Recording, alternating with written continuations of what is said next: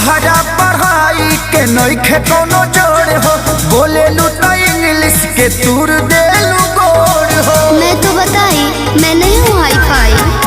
अरे तहरा पढ़ाई के नइखे कोनो जोड़ हो, बोले लू तो इंग्लिश के तूर देलू गोड़ हो। का चाहता नहीं जी ऐसन भाषा से हम पगला गईनी, पगला गईनी।